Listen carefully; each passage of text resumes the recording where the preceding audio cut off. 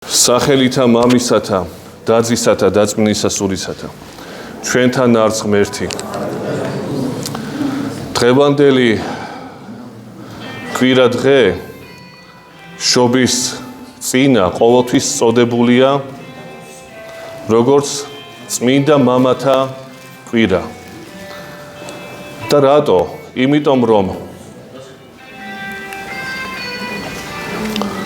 იმიტომ რომ იკითხება მათე სახარებიდან პირველი თავის რაღაცა გარკვეული მონაკვეთი, სადაც ძალიან უცნაური სახელებია ჩამოთვლილი. ჩვენ ადრე ვთქვით, რომ თუ კი დამწყები ქრისტიანია ადამიანი, მათე სახარებით როცა იწყებს, ძალიან რთულია მისთვის გასაგებად და პირდაპირ ტოვებს ხოლმე ამ თავს, ან საერთოდ აღარ კითხულობს, ან მეორე თავზე გადადის ყოველ შემთხვევაში. იმიტომ რომ არაფრის მთქმელი არ არის იმ ადამიანისთვის, რომელიც, რა თქმა უნდა, ძველი აღთქმის წარმოდგენაზე არ არის. აქ არის ჩამოთვლილი ისეთი სახელები, რომელიც ძველი აღთქმის პატრიარქები იყვნენ და რომელთაგანაც ხორციელად იშვა მაცხოვარი ჩვენი იესო ქრისტე. ამ ჩამონათვალს ეწოდება მაცხოვრის გენეალოგია, ანუ გენეტიკური ხე. იწყება, ესე იგი, აბრაამიდან, დავითიდან, ესე არის წოდებული ძისა აბრაამისა, ძისა დავითისა, ან ძისა დავითისა, ძისა აბრაამისა, ესე და მოდის მთელი ჩამონათვალი, რამოდენიმე, რა თქმა უნდა, ადამიანის სახელი ჩვენთვის ცნობილია, ისეთები, როგორც დაუშვათ აბრაამია, ისააკია, იაკობია და კიდე სხვები, დავით მეფე, სოლომონი და სხვა. მაგრამ ძირითადი მაინც ძალიან უცნობია ხოლმე. და აი მიუხედავად ამისა, უბრალოდ ჩემი, ეს ვთქვათ, თხოვნა იქნება, რომ როდესაც შევხვდები ჩვენ ისეთ რთულ დასაწყისებს სახარებაში იქნება თუ პავლე მოციქულის ეპისტოლეებში, ჩვენ არ უნდა მივანებოთ თავი კითხვას, იმიტომ რომ შემდგომ, რა თქმა უნდა, უფრო გასაგები ხდება.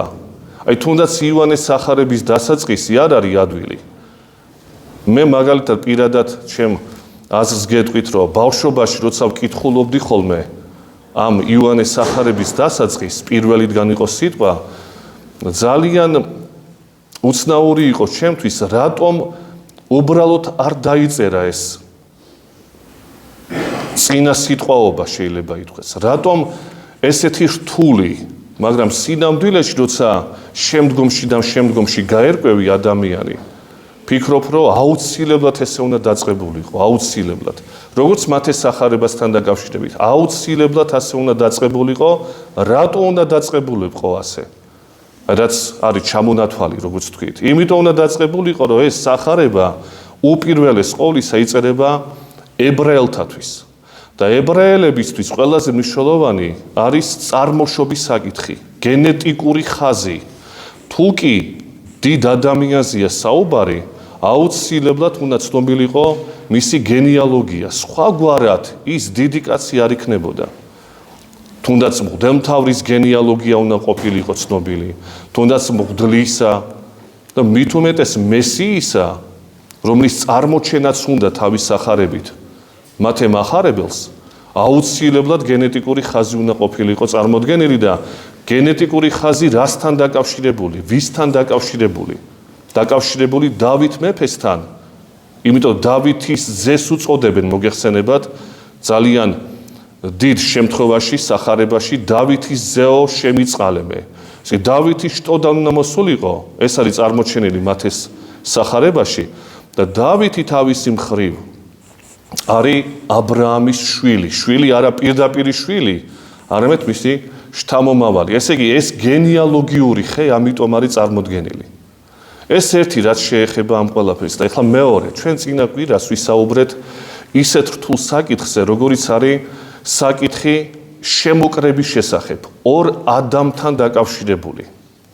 აი ეს ძველი ადამის შთამომავლობა, ვიდრე ქრისტემდე, წარმოდგენილია დღევანდელ დღეს. ესე იგი, თუ კი ადამმა ჩვენ თქვით, შემოკრიბა საკუთარ თავში მთელი კაცობრიობა, ვინც შემდგომში იშვებოდა მისგან და ეს ყველა შობილი არის სიკვდილით შობილი, სიკვდილისთვის შობილი, მაცხოვარმა დააგვირგვინა ეს ადამიანისეული შტო და ამიტომაც ეწოდა მას მეორე ადამი. ესე იგი, ვინც მანამდე იშვა, ამათვისაც განკაცდა თურმე და ვინც სამომავლოდ შობადნი იქნებიან, ანუ ჩვენ, იმათვისაც, ესე იგი, მაცხოვარმა შემოკრიბა როგორც ძველი აღთქმის პატრიარქები და მისი წინაპრები საკუთარ თავში, ასევე ის, ვინც უნდა შობილიყო ამ პატრიარქების შემდეგ, ანუ ჩვენ ყველანი და ვინც იშვებიან შემდგომში, ყველა შემოკრიბა საკუთარ თავში. მაგრამ აი კითხვა იბადება ხოლმე, რადგანაც ეს ყველაფერი არის დაკავშირებული შობის დღესასწაულთან, ყოველთვის იკითხება, როგორც მოგახსენეთ, დღევანდელი სახარება, მათეს პირველი თავი. მთლიანად არა. მაგრამ აი კითხვა, როდის ეწოდება მაცხოვარს მეორე ადამი? პირველი ადამი გასაგებია ეს ადამიანი იყო, რომელიც დაეცა და ვილაპარაკეთ, აღარ გავიმეორებ ამას. როდის ეწოდა მას მეორე ადამი? რა თქმა უნდა, მაშინ, როდესაც მისი განკაცება მოხდა. განკაცებამდე კი არ ეწოდებოდა მას მეორე ადამი, არამედ განკაცების შემდეგ. მანამდე იყო ზეღმერთი. განკაცების შემდეგაც ზეღმერთია. მაგრამ განსხვავებით იმ პირველი მდგომარეობისაგან მაცხოვრისა, რომელიც იყო მხოლოდ და მხოლოდ საღვთო ბუნების მქონე, ამ მეორე შემთხვევაში ეძინება და იღებს მაცხოვარი იმ ბუნებას, რაც მანამდე არ ქონია. ესე იგი, მაშინ ხდება მეორე ადამა წოდებული მაცხოვარი, ზეღმერთი, როდესაც მას ხორცი ემოსება, როდესაც იგი ადამიანურ ბუნებას იღებს. იმიტომ რომ სხვაგვარად ის მეორე ადამი ვერ იქნებოდა.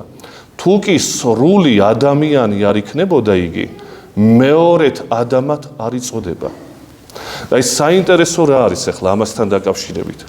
წმინდა იოანე დამასკელს, რომელიც ჩვენ ძალიან ხშირად ხვდება და ვიმეორებთ ხოლმე ჩვენს საუბრებში, კერძოდ 45 თავში თავისი გარდამოცემისა, ესე ეწოდება ამ თავს, განგებულების შესახებ, გამოხსნის შესახებ, სხვაგვარად რო ვთქვათ, და ჩვენზე მზრუნველობის შესახებ. ესე იგი, წარმოდგენილია წმინდა იოანე დამასკელის ძალიან მოკლე თავი, როგორ გამოიხსნა მაცხოვარმა, რა თვისებები გამოავლინა მაცხოვარმა, როდესაც გამოიხსნა კაცობრიობა. აი ამაზე არის მთელი ყურადღება ამ თავში წმინდა იოანე დამასკელის მიერ წარმოდგენილი. და 4 თვისება აქვს, ძალიან ისეთი საინტერესო 4 თვისება მაცხოვრისეული, რომლითაც მან გამოიხსნა მთელი კაცობრიობა. რომელი 4 თვისებაა ეს? დამასკელი ამბობს, მაცხოვარმა ღმერთმა ჩვენმა პირველი თვისება, რაც გამოავლინა, გამოხსნა კაცობრიობისთვის, რაც გამოავლინა, ეს არის სიკეთე, ანუ სახიერებაი. მეორე თვისება არის სიბრძნე, მესამე თვისება არის სამართლიანობა და მეოთხე თვისება არის ძლიერება. აი ეს 4 თვისება, რომელიც მაცხოვარმა გამოავლინა თავისი განკაცების ჟამს, იყო დასაბამი და მიზეზი და გამოვლენა, თუ როგორ უნდა გამოეხსნა კაცობრიობა. კიდევ ერთხელ გავიმეორებ. სახიერება, ანუ სიკეთე, სიბრძნე, სამართლიანობა და ძლიერება. და აქვე მოწოდებული აქვს ძალიან მოკლე განმარტება, რა იგულისხმება ამ სათნოებებში. როგორ გამოავლინა, რას ქვია სიკეთე გამოავლინა და ამით გამოიხსნა კაცობრიობა. რაში ვლინდება სიკეთე ღვთისა? და განმარტება ასეთია 4-ვესთან დაკავშირებით. პირველი, ესე სიკეთე, როგორ გამოავლინა სიკეთე? ღმერთმა თავისი განკაცებით გამოავლინა სიკეთე იმ კუთხით კაცობრიობისადმი, რომ მიუხედავად პირველი ადამის დაცემულობისა, ურჩობისა და რომელიც დაემორჩილა სიკვდილს, მიუხედავად ამ ყოველივესი და ღმერთი მიატოვა ადამმა და მთელმა კაცობრიობამ, იცით თქვენ, ძველი ათქვისამ, მიუხედავად ამისა, მან თავისი ქმნილება არ მიატოვა. მან სათნო იჩინა, ესე იგი, სახიერება გამოავლინა, რომ მიუხედავად ადამიანის უკუგდებისა ღვთისა, მაინც სიკეთე შეარი თავად ღმერთია სიკეთე და არ მიატოვა რა ქმნილება, თვითონ ხდება ადამიანი. ესე იგი, ღმერთობა მიატოვა ადამმა, იმიტომ რომ ღმერთობა მოინდომა ღმერთის გარეშე, გახსოვთ თქვენ. როდესაც შესთავაზა ამ დასაბამიერმა გველმა, ღმერთები იქნებით თქვენო, ადამიანს რო ეუბნება, ღმერთის გარეშე მოინდომა, ღმერთი არ ამჭირდება თქვა ადამმა, მაგრამ ღმერთ ჭირდება ადამიანი, ჭირდება არა იმ გაგებით რაღაცაში გამოიყენოს იგი, არამედ სიკეთის გაგებით. თუ ადამმა მიატოვა ღმერთი, ღმერთმა არ მიატოვა იგი. და იმ სიკეთის გამოვლენაშია ეს იგულისხმება, რომ ღმერთი ჩამოდის ზეციდან შეიძლება თქვათ და ხდება ადამიანი, რათა დააბრუნოს ადამიანი დასაბამიერ მდგომარეობაში. სიკეთი ამაშია გამოვლენილი. მეორე, როგორც გითხარით, მეორე არის სიბრძნე, მაგრამ თავად დამასკელთან ამ თავში, რომელიც ჩვენ ვახსენეთ, ეს სიბრძნე მესამე ადგილას არის განხილული, რომელსაც შევეხები და მეორე ადგილას არის სამართლიანობა, რომელიც ჩვენ ვთქვით მესამე ადგილზე როდგა სათნოებათა შორის. რაში ვლინდება სამართლიანობა დამასკელის თანახმად? ვლინდება იმაში, რომ ღმერთმა თავისი ძალით კი არ გამოიხსნა ადამიანი. თავს კი არ მოახვია ყოვლადძლიერება თავისი. ანუ აი ხანდახან ესეთი კითხვა იბადება ხოლმე ჩვენ ტვინში, რომ კაცო, რატო იყო საჭირო განკაცება, შობა, შემდეგ სასწაულები ჯვარცმა? ეთქვა ღმერთს, რომ გამოხსნილ ყოფილიყო ადამიანი. ხო გამოიხსნებოდა? კი, გამოიხსნებოდა. მაგრამ ეს იქნებოდა თავმოხვეული გამოხსნა. იქნება ადამიანს არ ჭირდება ეს. იქნება ადამიანი თანახმა არ არის ამისა. და შესაბამისად ღმერთი სამართლიანი რადგანაც არის და სამართალია თავად. ამიტომ სამართლიანად მოქმედებს. ესე იგი, თუ ადამი დაეცა, უნდა ყოფილიყო სამართლიანი გამოსდა, რა შემთხვევაში იქნებოდა სამართლიანი? როდესაც ადამიანი გამოიხსნიდა კაცობრიობას. ოღონ მხოლოდ ადამიანი კი არა, ღმერთ კაცი უნდა ყოფილიყო. ერთი მხრივ სრული კაცი და მეორე მხრივ სრული ღმერთი. თუ კი მხოლოდ ადამიანი იქნებოდა მხოლოდ ღმერთის გარეშე, იგი, მაშინ კაცობრიობა ისევ გამოხსნელი დარჩებოდა. მხოლოდ ღმერთი თუ იქნებოდა იგი, როგორც მოგახსენეთ, თავმოხვეული იქნებოდა გამოხსნა. ორივე ერთად უნდა ყოფილიყო. ამიტომაც ღმერთი ხდება ადამიანი. ჩამოდის ამ ქვეყნად და სამართლებრივად, სამართლიანად გამოიხსნის კაცობრიობას. როგორიც თავად იყო, ისეთები ვართ ჩვენ, ბუნებით. და ამ კაცმა, ღმერთ კაცმა გამოიხსნა კაცობრიობა დასაბამიერი ცოდვისაგან. აი ეს არის სამართლიანობის გამოვლენა მაცხოვრის მხრიდან. ეხლა მესამე. სიბრძნე რაში ვლინდება? და დამასკელს აქვს ძალიან ისეთი რთულად თქმული, მაგრამ ზედმიწევნითად ფორმულირებული აზრი მაცხოვრის განკაცებასთან და სიბრძნესთან დაკავშირებით. დამასკელი ამბობს, ესეთი ფორმულირება აქვს პირდაპირ.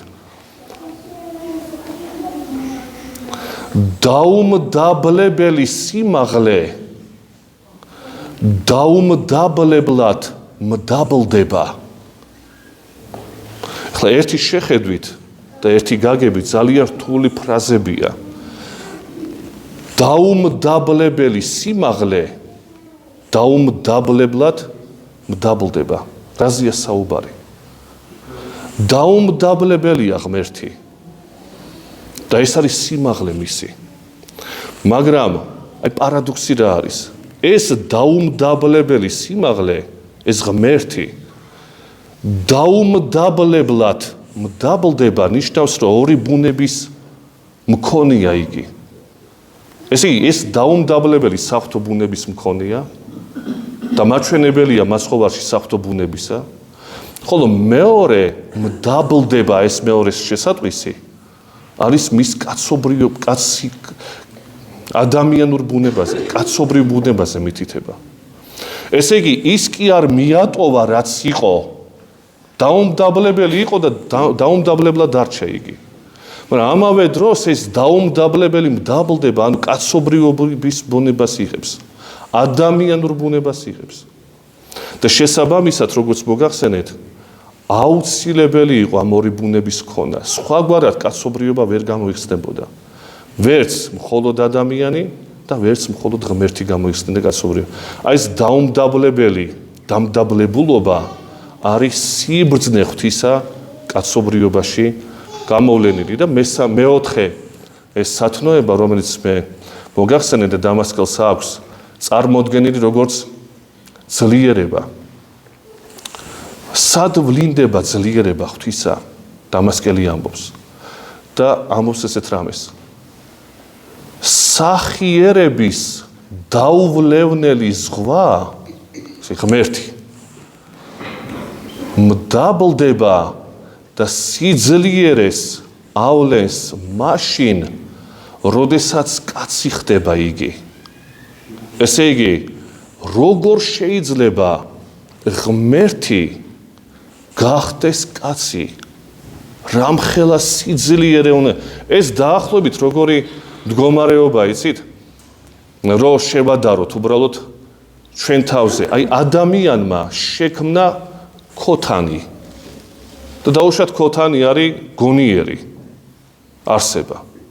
აი როგორ შეიძლება ადამიანი კი შექმნა ქოთანი, მაგრამ როგორ შეიძლება ეს ადამიანი გახდეს ქოთანი? ეს ხო შეუძლებელია აბსოლუტურად. კი, მე შევქმენი ეს, მაგრამ როგორ შეიძლება თავად მე გავხდე, ეს ხო შეუძლებელია.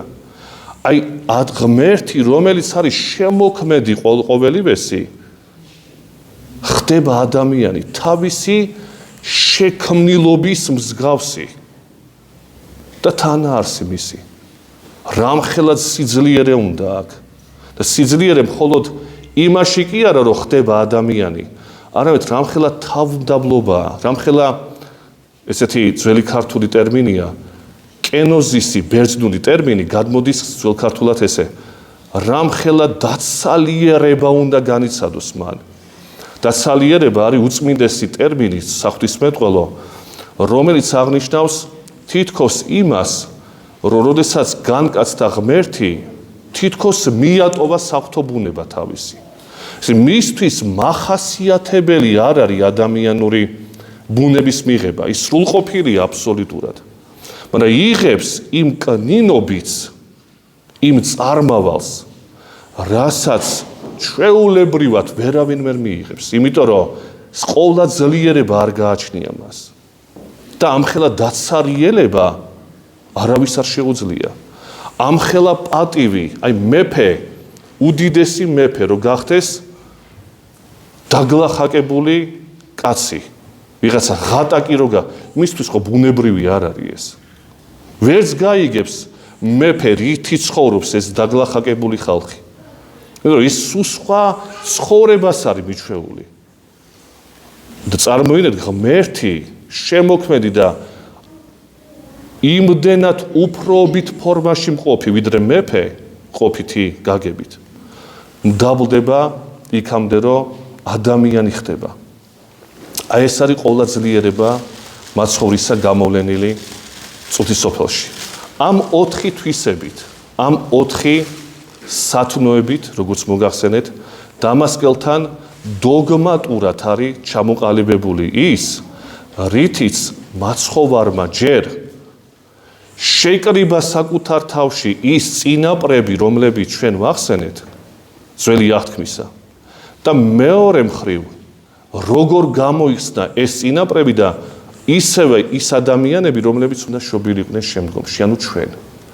შეიკრიბა მაცხოვარმა და ამიტომაც, როგორც თქვით, მას ეწოდა მეორე ადამი. ის სათნოებები, რაც პირველ ადამს არ გააჩნდა, ეს 4 სათნოება. ამით გამოიხსნა მეორე ადამმა მთელი კაცობრიობა. დაგლოცოთ ღმერთმა და მოგცეს უფალმა უნარი, სულიერება და სიმტკიცე, რომ ღირსეულად შევხვდეთ შობის საუფლო დღესასწაულს. ჯვარი გეწეროთ.